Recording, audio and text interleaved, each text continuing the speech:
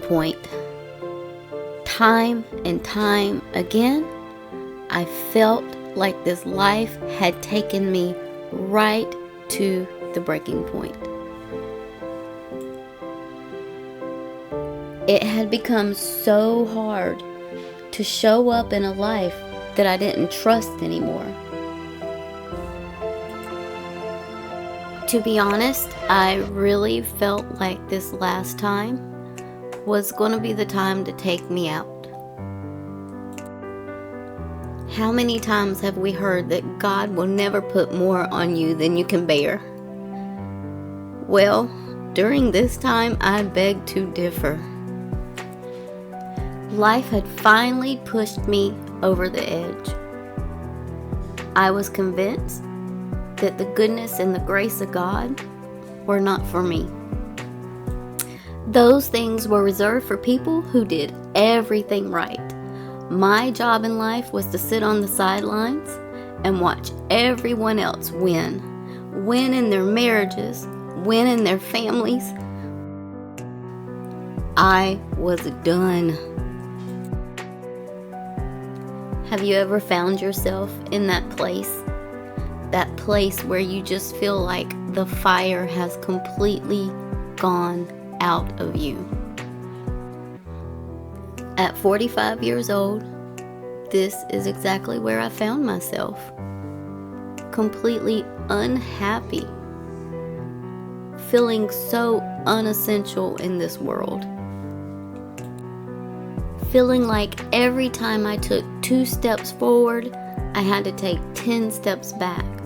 Or even those brief moments when I actually felt happy and excited about what was going on around me.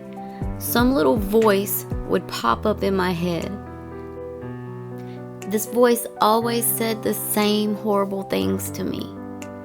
You don't deserve this. You're not smart enough. You'll never be anything. I didn't know why this was happening. And then one day, while I was battling my depression by spending hours on TikTok, I ran across this lady. In 1991, I came home from high school one day, turned on Oprah, as I always did, and watched a man called John Bradshaw guide an audience through an inner child healing that literally changed my life.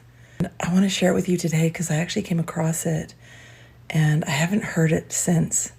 And it's as good as it was then, and I hope it offers you everything it offered me. Here's to healing childhood wounds. You're going to want to save this when you have time to go through it and to really let it land. And you're probably going to want to grab some Kleenex and a journal. So I got up, moved on about my day. I did save the video, but it wasn't until the next day that I actually went, found a quiet place, and pulled the video back up and checked it out. Now close your eyes, and just let yourself go back to the first memories, the first memory that comes to you of being a child. And just imagine that the grown-up you was standing there looking at that place. And then just imagine you could see a little child, the little child you once were. Tell them, I'm the one that wrote you the letter, and I've come to get you. I want you to come home with me. I know better than anybody what you've been through.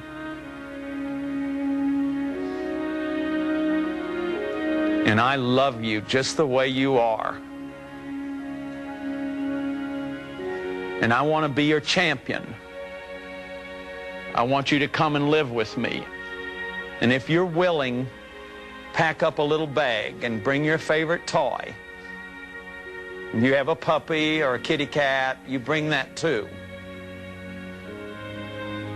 And if it scares you to leave with me, then you can stay here. I'll come and visit you. But if you're willing to leave, go get your little bag packed. When they come out with their little bag, take them by the hand. You may have to hold the child for this. Because I want you to see your mom and dad and whole family out on the porch or out in front of the wherever. And you hold the child and have the child tell your mom and dad, I have to leave now. I have to leave now. I have to have a life of my own. I know that you did the best you could or you were sick, but I've got to get out of here now. So take the child by the hand and start walking away from that house. And you may feel like running back, but don't do it. Hold the child real tight. Keep walking. Keep walking away from there. And just keep looking at them and waving goodbye. You have to leave that home. So keep walking, because you're coming to a turn in the road. You're coming to a bend, and you're going to have to make that turn. They're getting smaller and smaller. Now make the turn. Make the turn and they're gone. And look straight ahead and see somebody that loves you out there calling to you. Come on. Come on, we're waiting for you. If you have a higher power, see them out there calling to you. All the people you love, see them calling to you, waiting for you. Hold that little child in your arms and tell them, we're going to make it. Hey, we're going to make it. I'm here for you now. I'm your champion. And we have a higher power. And show them your child. Show them how beautiful your child is. Let them love that little precious child that was in you. And just feel all those people there, that you have support. And you have a power greater than your parents. And you have you.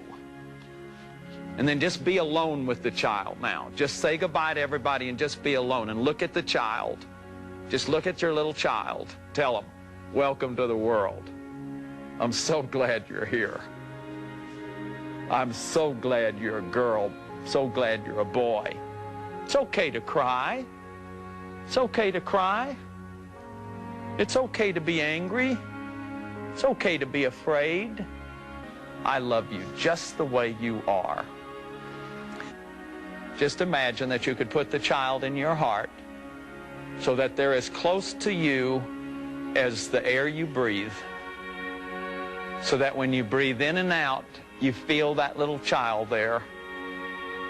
You feel your feelings. You feel your needs. You feel your wants. And it's all there right in your heart. It's all there. And you're connected. This is a homecoming.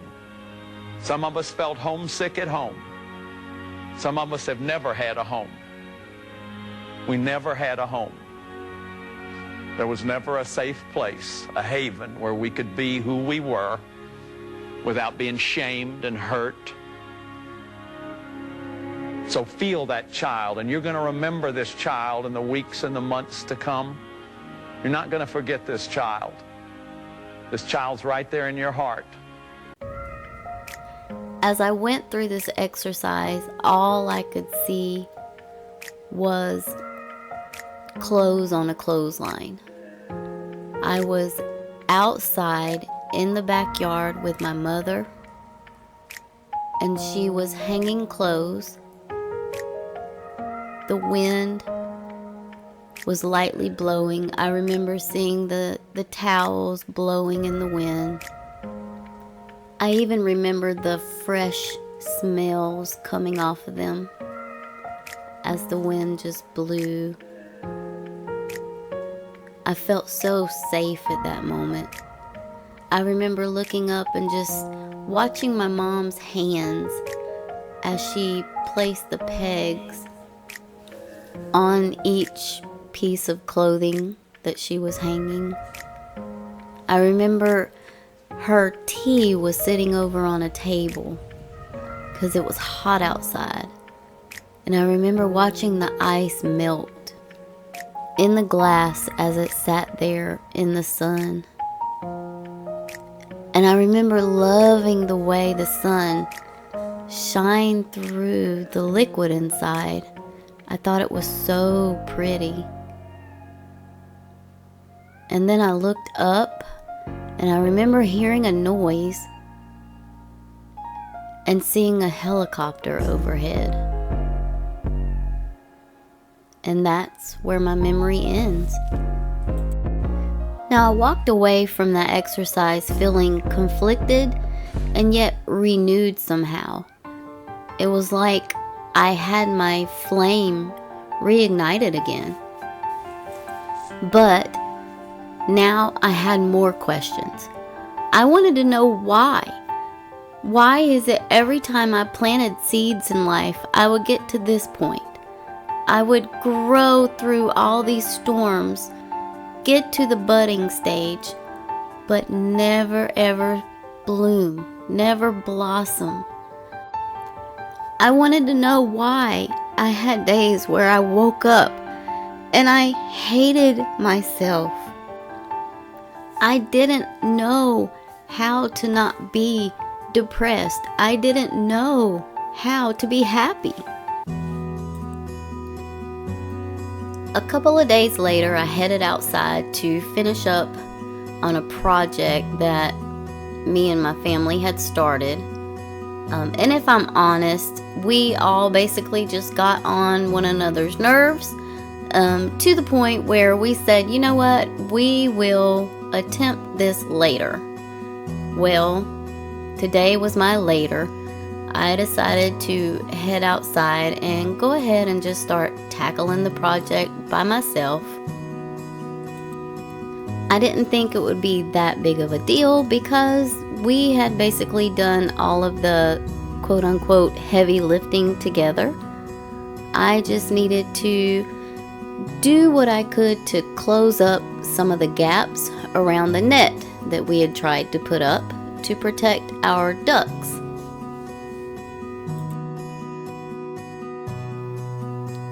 The minute I started this project, I knew it was going to be harder than what I thought. A lot harder than what I thought. And to make matters worse, I was having one of those days where my thoughts just kept coming at me. Over and over in my head, I kept thinking, for some reason, you have to go back before you can go forward. I didn't know what that meant. I didn't know why that just kept popping into my thought process.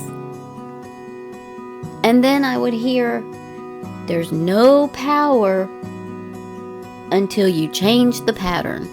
I don't even know where I heard that. The harder I fought with that net, the harder I thought about my life. As time went on, I started looking at this net more as a process instead of the mess that it looked like just hanging there from that pole. I started to understand that I needed to order my steps, figure out where exactly I needed to start so that I can continue my way around the net, closing the gaps. Because you see, like I said before, together we all did the hard part. We got the net up, we got it standing, we secured the four corners, got the middle erected, but there were still so many gaps. I mean, the whole purpose of putting this thing up was for protection. It would be useless if I left this thing as is. For the next few hours, I was up and down this little ladder. I was inside the fence, outside the fence. There were times when I really wish I just had one more set of hands to help. But regardless, I wanted to get this done. I wanted to protect my animals, and so I had resigned myself to finishing this job. No matter how many times I had to go in and out of that fence, or how many times I had to go up and down this little ladder, I was going to get this net done today. And do you know, it was during this process that God showed me something so profound. I started having flashbacks of my daddy. I had actually lost him recently, and I have still been in the process of grieving. I'd spent quite some time completely shut down, completely disconnected. I didn't want to feel, and when I did feel, it wasn't good. I'd come to a point where I was even questioning whether or not there was a God. But on this very day, fighting this net, I was shown my daddy's struggles with depression. All of the times that my daddy struggled with his sadness in silence. All the times that I watched him question himself and his self-worth in silence. I was shown so clearly all of his emotional and spiritual battles that he fought alone in silence. And yes, I'm sure he prayed. He was a praying man. He was a God-loving man. But as we all know, growing up in poverty and not having a solid foundation really leaves its scars on you. And as I worked throughout that day, it was revealed to me that me and my daddy were fighting the same battles. I was fighting my daddy's devil. And it broke my heart that day to keep thinking about him. I had spent so much time running from the thoughts of him. But that day, I saw him in me and how I was feeling, my mindsets, the way I react in life to things, the fears I have, my inability to get out of my own head sometimes. God put it in my heart that day that there was more to me going outside to fix this net. He revealed to me that day that it wasn't just a regular depression I was fighting. This was a generational curse. I saw all of the same negative patterns of behaviors and traits that I saw in my dad in me. Indecisiveness, emotional turmoil, self-sabotaging, all of it. I saw it all in me. And I asked God, where is this mess coming from? And once again, I look up and he directs me to this net. And all I could think of was protection and family. And it made sense. It finally made sense to me. This net was supposed to represent all the protections that's supposed to be in place for a child. Family, church, school, friends. When you grow up poor from a broken family, it leaves a lot of holes in your net. You're running here, there, and everywhere, trying to close those holes, trying to keep yourself protected. Because let's face it, everybody else is too busy fighting their own battles. When you're young, you do what you can. You stay inside the net, the only protection you know, with or without family, and you cover the holes the best that you can. But as you get older, you start stepping outside of the fence more and more to fix that net. And soon, you realize you don't want to do that anymore. You're better off on your own. Like my dad, many of us carry around the emotional scars from our childhood. When we look and we see patterns of addiction or mental illness or even poverty, when we see we are caught up in the same cycles that disrupted the lives of our parents or other family members, then we know we are in a generational curse.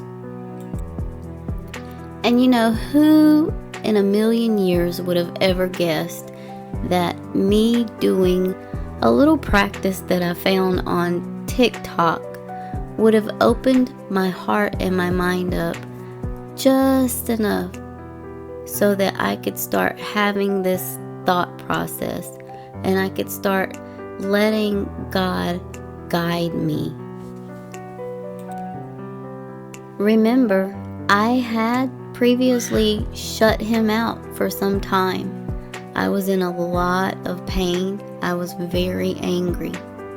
But I was so thankful that he gave me this epiphany on this day. And so I asked God, now what? How do I break this generational curse? Where do I even begin? I felt him put in my heart the words, go back. Go back. And of course I quickly replied, God, I did go back. Remember, I did the TikTok thing. I went back to the clothesline and I saw the helicopter and I cried. And he still said, go back. Immediately I got this pit in my stomach, this sinking feeling, because I knew what he wanted me to do. And I did not want to do that. You see, much like my dad, my childhood wasn't great. I didn't grow up in a very good area. I didn't have this wonderful family support. In many ways, I felt more like I survived childhood instead of had a childhood. I spent my childhood fixing the holes in the net or carrying adult burdens, going in and out of the fence, exposing myself to the adult world before I was even ready. And without guidance, I was just left to my own devices. And so I told God, I don't want to go back there. I don't want to have anything to do with that broken little girl ever again. And he immediately put in my heart that she was still in me. And I begged, God, please, is there any other way? And God told me, I cannot move you into the joys of this life now until you let go of what is old. He told me that he can't show up for me in my life and in my marriage and in my kids until I let go of all those limitations and all those labels. He said, I see you standing in the shadow of greatness. And if you let me, I'm trying to position you for your breakthrough. He said, you can stay in the same old habits that brought you to this place and prolong your stay in this place, in this season of your life, or you can move. And so I'm going to go back. I am going to be the one to break this generational curse. The fire in my heart has been rekindled, and I am more than ready to step into the purpose that God has called me for. Even in the midst of having to go back before I can move forward. Hi, and thank you so much for sticking around and watching part 1 of this series. I'm not a preacher. I'm not anything like that. I'm just a person who is leaning on God and trying to get through some difficulties in life. So if you can relate to any of this, great. Take what you can, take what you will, leave the rest. I just hope that my story can be helpful for someone. So what you saw today was part 1 of this series. My plan is to do 3 parts to this series. So make sure you tune in next week when I go back, because I have to go back. So make sure you like and subscribe, and I'll be seeing you.